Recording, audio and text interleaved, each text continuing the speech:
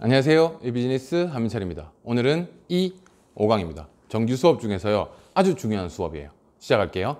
빅데이터와 트렌드 분석, 아주 밀접한 관계가 있습니다. 빅데이터 얘기 많이 들어보셨죠? 그걸 가지고 트렌드를 분석 한번 해보자는 건데요. 요즘 무료 툴이 많아요. 그 무료로 사용할 수 있는 툴들을 주로 만져볼게요. 수업 시작하겠습니다. 지금 하면 기억나세요? 머지않은 시간에 구글이 네이버를 우리나라에서 검색 포털에서 따라잡을지도 모른다 하는 얘기를 우리가 실제로 한 적이 있어요. 이것 또한 트렌드 분석을 통해서 알아봤던 거죠. 그런 걸 가지고 공부를 해볼 건데요. 제가 주로 사용하는 한 9가지 정도의 툴들 중에서요 6가지 정도를 제대로 살펴볼 거고요. 나머지 3개 같은 경우는 이런 게 있습니다 하는 정도로 알려드릴게요. 그 전에 먼저 몇 가지 질문을 좀 해볼게요. 항상 선택장애가 있지 않고 전 평소에 선택을 아주 잘합니다 하는 사람도 늘 선택장애를 가지게 만들어지는 질문인데요. 자, 묻자마자 바로 대답하셔야 돼요. 자, 첫 번째부터 갑니다. 자, 김치찌개, 된장찌개, 물냉, 비냉, 족발보쌈, 양념이 좋으세요? 후라이드가 좋으세요? 자, 짜장면, 짬뽕. 자, 지금까지 대답을 빨리 하셨나요? 자, 그러면요 궁금해하지 않을까요? 한번 궁금해 본 적 없으세요? 실제로 사람들이 짜장면을 더 많이 먹을까 짬뽕을 더 많이 먹을까? 전 그게 궁금했거든요. 그래서 쓸데없이 고급 툴을 사용을 해봤던 거죠. 자, 짜장면과 짬뽕을 드실 때 같이 먹게 되는 게 뭐가 있나요? 그만큼 자주 같이 먹는 거. 탕수육? 아닙니다. 짜장면 여러 개 시키면 따라오는 거 있죠. 만두죠. 자, 만두까지 같이 끼워서 한번 볼게요. 지금 보시는 내용이요 네이버 트렌드라는 트렌드 분석 툴이에요. 이게 지금 보시면 녹색이 짜장면이고요, 핑크색이 짬뽕이에요, 파란색이 만두겠죠. 정말 아니나 다를까 모든 사람들이 이렇게 엎치락뒤치락 하게 되네요. 근데 최근에 보면 짬뽕이 조금 더 우세한 것 같아요. 한여름 같은 경우에는 짜장면이 조금 더 우세한 것 같고요. 생뚱맞게 겨울철에는 만두가 좀 더 우세해요. 자, 짜장면을 많이 먹을 거야, 짬뽕을 많이 먹을 거야를 그냥 상상이나 예측하거나 그냥 생각해 보는 게 아니라요 데이터가 말을 해주고 있어요. 그 데이터를 보고 그렇구나 하면 돼요. 빅데이터를 활용하는 기본적인 툴을 만져보는 거죠. 조금 제대로 살펴볼게요. 네이버 트렌드부터 갑니다. 네이버 트렌드라고 검색해가지고 들어가면 첫 화면이 이 화면이 나와요. 그러면 이런 검색어들이 지금 상위에 노출되고 있습니다 하는 것들을 보여줄 수 있는데요. 그 중에 저희가 패션과니까요 명품에서 우리가 가장 많이들 사용하시는 명품백 탐종을 한번 알아볼게요. 화면에서요 총 5가지 정도 검색을 같이 할 수 있어요. 이게 비교해 주는 거거든요. 그래서 순서대로 구찌, 샤넬, 루이비통까지 3개 브랜드를 비교를 한번 해볼게요. 자, 보이실지 모르겠는데요. 저기 빨간 박스 안에 구찌, 샤넬, 루이비통이라고 넣어놨습니다. 그리고 밑에 옵션을 설정할 수 있는데요. 설정 아무것도 안 하고 그냥 누르면 전 연령이 지난 1년간 검색한 데이터를 기반으로 말을 해줘요. 그래서 검색을 눌렀습니다. 검색을 누르니까 루이비통이 가장 국내에서 검색량이 높네요. 인기가 가장 높다는 얘기예요. 저는 샤넬이 더 높을 거라고 생각해도 근데 지금 보면요 이게 올해 5월인데요 5월에 갑자기 샤넬 검색량이 급증했거든요. 이걸 보고 혹시 소식 들은 거 없나요? 샤넬이 국내에 어떤 특정 상품을 갑자기 값을 10만 원, 20만 원이 아니라 기백만 원 수준으로 값을 올려받겠다 하는 뉴스가 나왔던 걸로 기억하거든요. 그래서 검색량이 확 뛰었나 봐요. 그러니까 이런 데이터들을 보고 최근의 동향들을 파악할 수도 있어요. 그리고 여러분들 혹시 만약에 편집샵 말고요 수입 대행하는 그런 명품 샵을 만약에 운영한다고 쳤을 때요 어떤 상품에 더 국내 소비자들이 좋아할까를 확인해 봤을 때 위퉁이 조금 더 사람들이 더 많이 선호하겠구나라는 걸 볼 수 있어요. 두 번째입니다. 구글 트렌드예요. 구글 트렌드도 똑같은 비슷한 역할들을 하는데요. 구글 트렌드는 전 세계의 현황을 볼 수 있어요. 이걸 국내로 가져올 수도 있고요. 전 세계 화면을 다 볼 수도 있어요. 여기다가 바로 검색해 볼게요. 지금 보는 건 샤넬입니다. 샤넬을 가장 많이 검색하고 샤넬을 검색하는 사람들이 많이 포화되어 있는 곳이 홍콩이네요. 연관 검색어들도 볼 수 있고요. 두 번째, 구찌인데요. 구찌는 이탈리아 쪽에서 가장 많이 검색이 되고 이야기가 나오네요. 세 번째입니다. 루비통이요. 루비통은 생뚱맞게요 룩셈부르크래요. 루비통이 룩셈부르크에서? 뭐 그렇다고 하네요. 구글 트렌드가 좋은 게 세계적으로 동향을 볼 수 있어요. 지금 왼쪽에 보이시는 전 세계 지도 중에 진한 부분들이 루비통을 많이 검색하시는 분들을 보여주는 건데요. 이걸 동시에 비교도 할 수 있어요. 위에 보이시죠? 샤넬, 구찌, 루비통을 제가 동시에 비교를 해버렸습니다.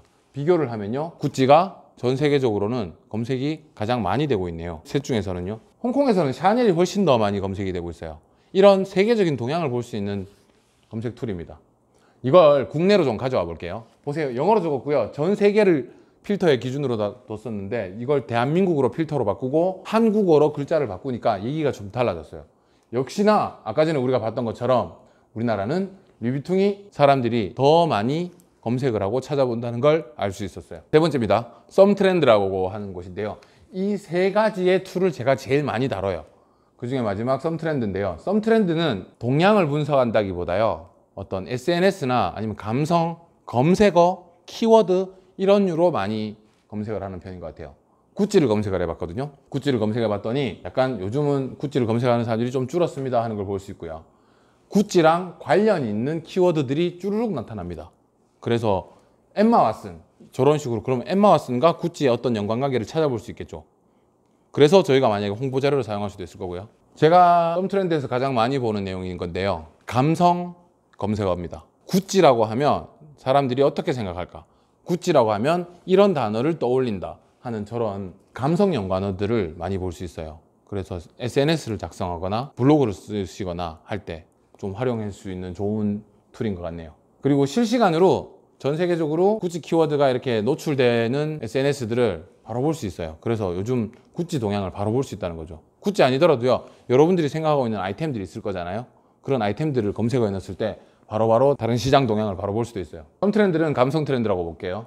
네 번째입니다. 인터브랜드라고 하는 건데요. 이거는 연에 한 번 정도 들어가면 좋을 것 같아요. 연에 한 번 정도. 전 세계에서요, 브랜드 인지도가 가장 높은 회사 100곳을 선정하여 순위를 냅니다. 자, 우리 게 있나 자 봅시다. 이 밑으로 더 있는데요. 캡처를 뜨다 보니까 위에 거만 떴어요. 기업 가치가 높다. 기업이 최고다가 아니라요. 기업의 브랜드 가치가 가장 높은 회사가 어딘가 봤을 때 애플로 나오네요. 고맙게도 국내 기업이 몇몇 보입니다. 삼성이 바로 보이네요. 눌러볼게요. 그러면 간단한 약식으로 레포트가 나와요. 삼성이 브랜드 인지도가 왜 전 세계 6위를 하는지에 대한 이야기를 간단하게 설명해줘요. 예를 들면요, 우리 패션 쪽에서 얘기를 했을 때 이렇게 보면 좋겠네요. 아까 전에 전 세계적으로는 구찌가 훨씬 더 사람들이 많이 보고 있습니다 라고 얘기하는데, 여기서 봤을 때는요, 루이비통이 샤넬보다 높아요. 지금 구찌는 안 보이네요. 아, 저 아래쪽에 있네요. 그죠? 브랜드 인지도는 루이비통이 더 높아요. 근데 사람들이 검색은 구찌를 더 많이 해요. 국내 사람들은 루이비통을 더 많이 찾아요. 그러니까 여러분들의 시장이 해외로 가느냐 국내로 가느냐, 국내 안에서도 어떤 지역에 있느냐, 이런 걸 볼 때 참고하시면 되게 좋을 것 같아요. 그 다음 한국기업평판연구소라는 곳이 있는데요. 이건 여러분들도 한번 다 만져보셨죠? 저하고 한번 간단하게 만져봤던 걸로 기억이 나요. 이게 되게 좋은 게요, 직종별로 순위를 나타내요. 이를테면 가수들 평판이 어떠냐, 평판이 가장 높은 가수가 누구냐, 평판이 가장 좋은 연예인이 누구냐, 백화점 브랜드 중에 가장 평판이 좋은 브랜드는 어느 백화점이냐, 이런 얘기들을 할 때 찾아서 들어가 보면 돼요. 지금 데이터에서 봤을 때는 롯데백화점이 브랜드 인지도가 가장 평판이 가장 좋다고 나오네요. 여러 산업군들을 동시에 볼 수 있어서 되게 좋은 것 같아요. 여섯 번째인데요, 인터넷 트렌드라고 해가지고요, 이게 아까 전에 네이버랑 구글이랑 비교해보고요, 네이버랑 다음이랑 비교해보고요, 검색 포털끼리 비교해보는 건데요, 아까 처음 시작할 때 보여드렸던 거예요. 구글이 네이버를 따라잡을지도 모르겠다, 점유율이 어떻다 하는 내용을 볼 수 있는 내용인 것 같아요. 그 다음 일곱 번째, 여덟 번째, 아홉 번째는요, 사실은 제가 많이 사용하는 툴은 아니에요. 이거는 글 쓰시는 분들이거나 예술 하시는 분들한테는 되게 유용한 툴들인 걸로 알고 있는데요, 기회가 되신다면 꼭 들어가서 한번 검색해서 이 툴은 어떤 형태를 띠고 있나 한번 구경해 보시는 건 좋을 것 같아요. 오디피아라는 툴인데요, 이거 같은 경우는 약간 박스 블럭에다가 최근에 동향이 높은 검색어들을 확인해 보는 건데요, 뭐 인물, 관심사, 일상 이런 식으로 나눠서요, 이 중에 좀 진한 색들 있죠. 진한 색들이 최근 중요한 검색어들로 떠오른다는 걸 볼 수 있어요. 저 왼쪽에 약간 짙은 검정색 있잖아요, 회색 같은 거. 저기에 전쟁이라는 말이 적혔어요. 곧 6.25 전쟁 날짜가 다가오잖아요. 그래서 그런 것들을 동향으로 살펴볼 수 있고요. 누르면요, 더 세부적으로 들어갈 수 있어요. 그 다음이 블랙키위인데요, 이거 개인이 만든 거예요. 그래서 후원할 수도 있어요. 근데 생각보다요, 엄청 잘 만들어 놨어요. 검색을 해볼게요. 루이비통이라고 검색을 했어요. 루이비통이라고 검색을 하니까 좋은 게요, 저기 연관 키워드랑 유사 키워드 같은 것들을 찾아낼 수 있어요. 인스타 하실 때 있잖아요, 태그 달 때 이런 걸로 좀 참고하시면 좋을 것 같고요. 광고를 하시거나 할 때도 저런 키워드를 알고 있으면 좋을 것 같고요. 또 하나, 저는 주로 요걸 많이 보는데요, 키워드 포화 지수. 이 키워드가 얼마나 포화도가 높은가, 가득 차 있는가를 보는 건데요, 보통으로 나왔어요. 보통이면 꽤 괜찮은 거예요. 낮음, 아주 낮은 보통 이런 게 더 많이 나오거든요. 마지막입니다. 에스트리라는 곳인데요, 여기는 포털을 그냥 싸잡아가지고 확 다 보여주는 건데 활용해 보시면 좋을 것 같아요. 여러 가지를 나열하다 보니까 중구난방이긴 했을 것 같은데요. 처음에 보여드렸던 네이버 트렌드, 구글 트렌드, 썸 트렌드 요거 세 가지 정도는요 자주 활용해 보셨으면 좋겠어요. 그리고 또 하나 시간 관계상 빠진 게 있는데요. 네이버 트렌드에 이거 있어요. 여러분들이 오프라인에서 편집샵을 내고 싶으실 때 있잖아요. 어느 지역, 어느 도시, 어느 세부 도시, 어느 세부 지역까지도 나타내서 중구, 동구, 남구까지도 나눠서 남구 어느 동에서 이 브랜드는 먹힐 것 같다. 이 아이템은 어느 동이 사람들이 가장 밀집 지역이다. 사람들이 이걸 사려면 이 동네로 많이 간다 하는 것들을 다 아주 세밀하게 볼 수 있어요. 이 비즈니스다 보니까 온라인 이야기를 항상 늘 하다 보니까 오프라인 이야기가 좀 빠질 수밖에 없는데 그래도 저는 편집샵을 내겠습니다. 또는 그래도 저는 온라인에 반드시 거점이 있어야 된다고 생각합니다. 라고 하시는 분들은요.